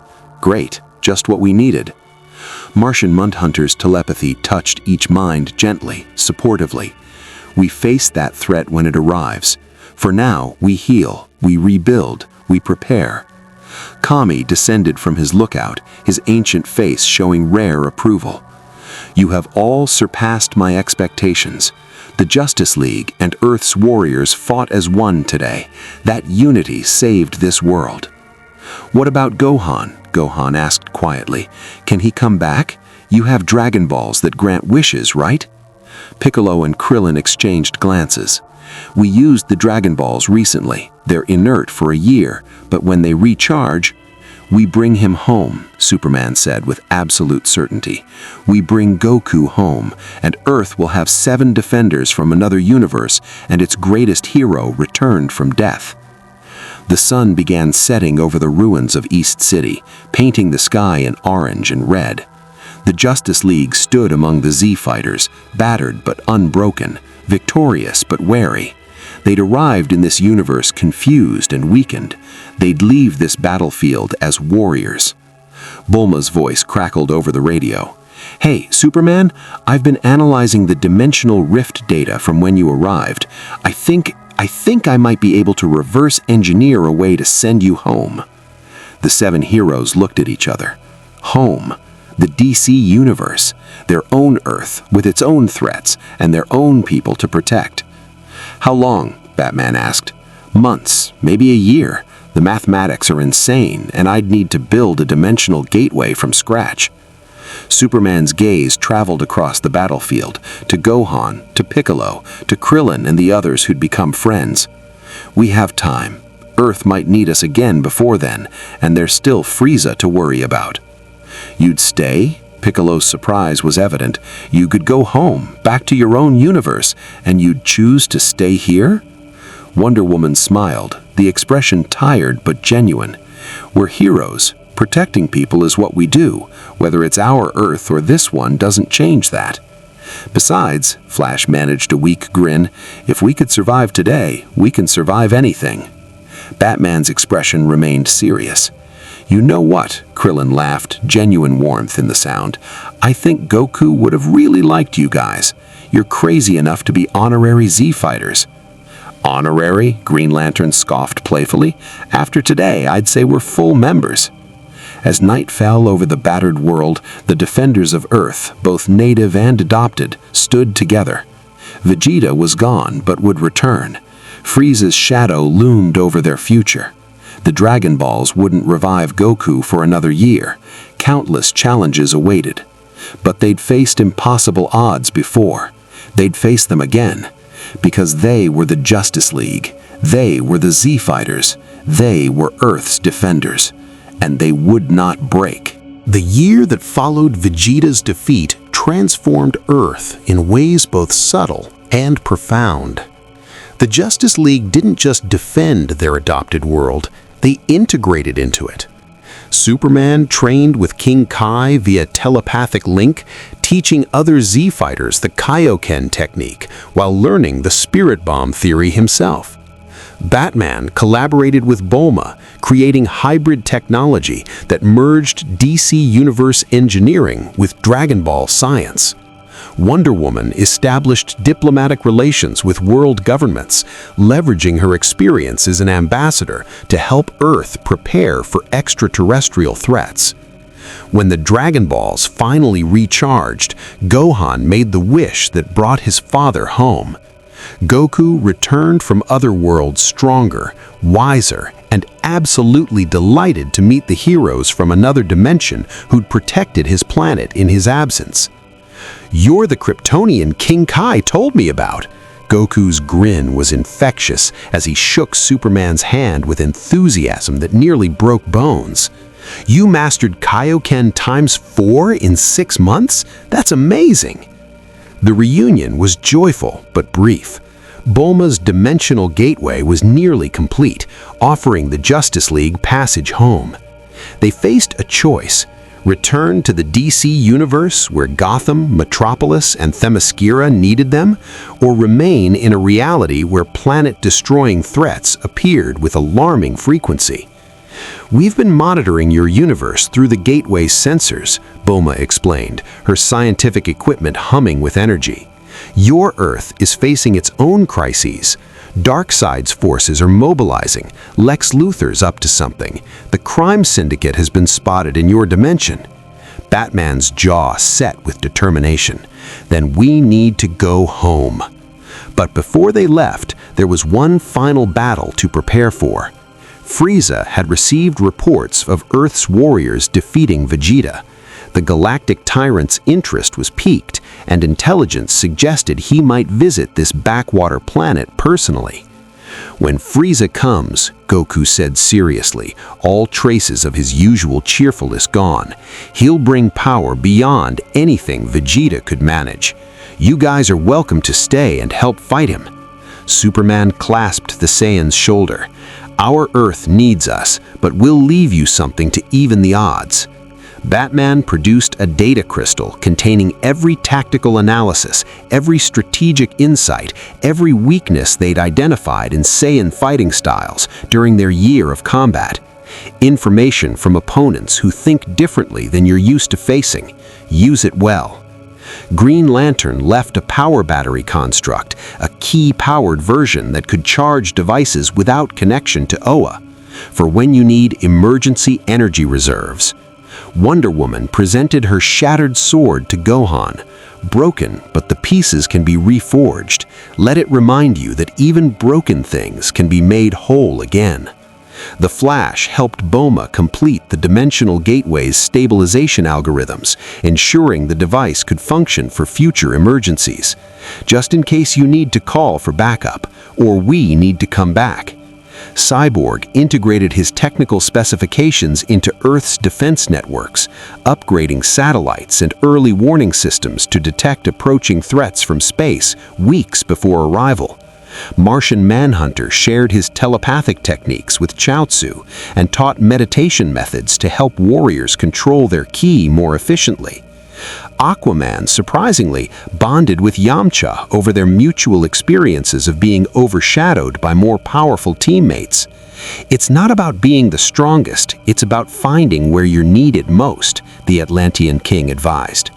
When the moment came to leave, the Justice League stood before the Dimensional Gateway, looking back at the world they'd defended for a year. "Think we'll ever see them again?" Flash asked quietly. "In a multiverse this vast?" Batman almost smiled. "Inevitably." The gateway activated, reality tearing open to reveal the DC universe beyond. Familiar stars, familiar Earth, familiar home. One by one, the Justice League stepped through, returning to their native dimension. Goku waved enthusiastically as they departed. "Thanks for protecting my planet. Come back and visit sometime. I'll show you my Super Saiyan transformation when I unlock it." The gateway closed, leaving the Z-Fighters alone, but stronger for having fought beside heroes from another reality. In the months that followed, Frieza did come to Earth. The tyrant brought overwhelming power and ruthless cruelty. But Goku, armed with knowledge from warriors who thought differently, who fought with teamwork and tactics rather than pure strength, managed to unknock the legendary Super Saiyan transformation at the crucial moment. And when golden energy blazed around the Saiyan warrior for 1,000 years, when Goku stood defiant against Frieza with power that exceeded all projections, he thought of Superman's crimson Kaioken aura and smiled. Different universes, different heroes, same unbreakable spirit. The Justice League entered Dragon Ball Z as outsiders. They left as legends, warriors who'd proven that courage, teamwork, and refusal to surrender mattered more than any power level. And somewhere in the multiverse, other heroes were falling through other rifts, facing other impossible challenges, and proving once again that true strength came not from the energy you could channel, but from the convictions you refused to abandon.